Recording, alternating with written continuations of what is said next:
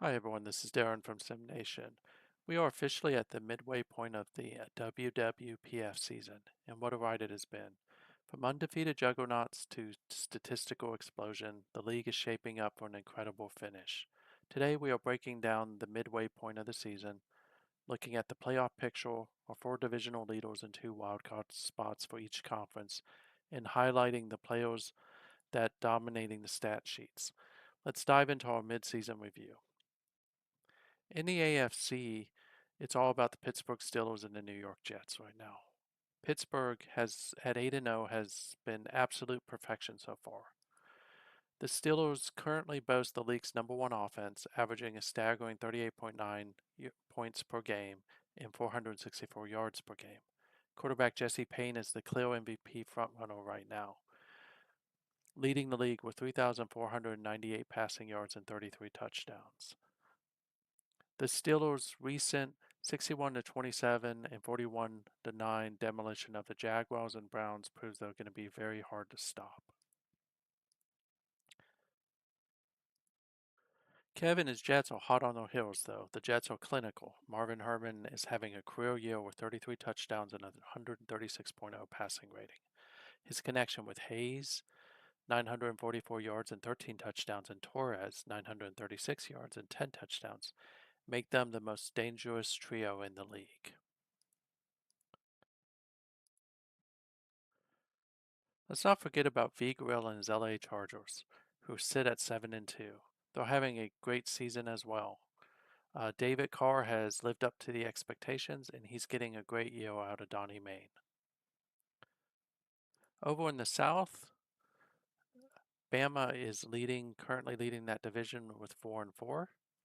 And again, it's the age-old Schaefer with 1,563 yards, 7 touchdowns, and he's getting a good year out of Joseph Jeffrey as well. Meanwhile, the New England Patriots, led by Shark, and the Oakland Raiders, the CPU team, are holding down the two wildcard spots at 6-3 respectively. But keep an eye on the Dolphins at 5-3. They are just one game out. You can't count, and you can never count Soa out of that picture. The most disappointing team so far has to be Prince and his Denver Broncos at 2-7, who are likely out of the hunt after being a front runner last year. Keep an eye on these dark horses. Tony and his Indianapolis Colts at 3-6, and Curtis and his Buffalo Bills at 4-5. They both are positioned well to make a lot of noise. The NFC is a bit more balanced, but one team is clearly leading right now, and that is the Atlanta Falcons. Bit of a shock because this is Northern Carolina. Leading the South, the Falcons are the National Conference's offensive powerhouse. Albert Lee has been surgical, racking up over 3,000 yards and 28 touchdowns. The 34-24 win over the Saints last week solidified their status as the team to beat. They can't let off, though, as Invisible Witness and his Carolina Panthers are close on their heels. The 31-0 blanking of Tampa Bay might signal that they are back and ready to make a run on the legs of Edwards, who has 503 rushing yards so far this season and 8 touchdowns.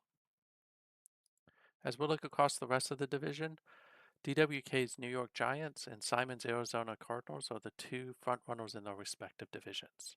These two are locked in a battle for conference supremacy. For the Giants, Floyd Hammond is putting on an absolute clinic, leading the entire league with 994 receiving yards. Whereas for the Cardinals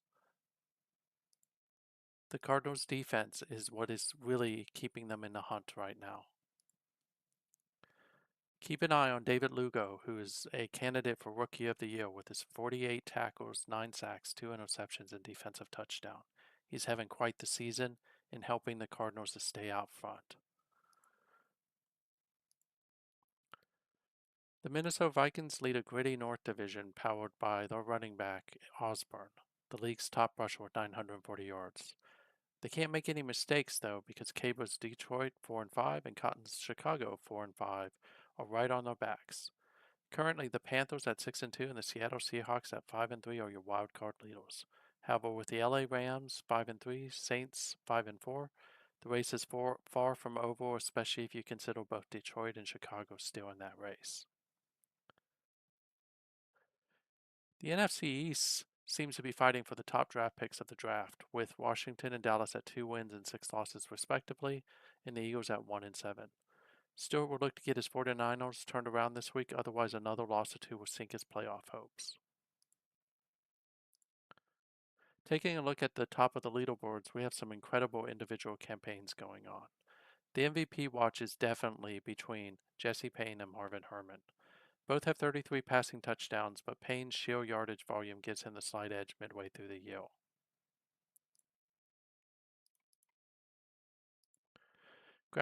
In the ground game, Elvin Osborne and Raymond McCleary are neck and neck for the rushing title, both closing in fast on 1,000 yards. In the receiving battle, Floyd Hammond currently leads the league, but he has Timothy Cagle from the LA Rams, Chris Hayes from the Jets, Adrian Torres from the Jets, and CJ Kelly from the Steelers, all pushing to catch up to him. On the defensive side of the ball, Sam Buford from the New England Patriots is a nightmare with 13 sacks already, while Lachlan is a tackling machine, anchoring his defense with 83 total tackles. If the season ended today, the Steelers and the Falcons would likely secure the top seed. Pittsburgh looks to be able to hold on to that given their easier than usual schedule, whereas I expect Atlanta to fold like a chair under the pressure from Carolina. However, with the Patriots and Dolphins breathing down the Jets' neck in the AFC East and a three-way battle emerging in the NFC West between the Cardinals, Seahawks, and Rams, plus a three-way horse race in the NFC North, the second half of the season is going to be exciting. My prediction? It's going to be the Chargers versus the Panthers in the finale. V. Gorilla will return to the playoffs for the first time and challenge the history-making Panthers in Invisible Witness. But don't count out the Jets. Marvin Herman is a game changer and Kev has him dialed in. What do you think? Is Jesse Paine the undisputed MVP or can Herman catch him? Let me know in the comments below. Don't forget to like and subscribe for more WWPF simulation updates. I'm Darren, and as usual, I'm grateful for your support, and I'll see you in the next one.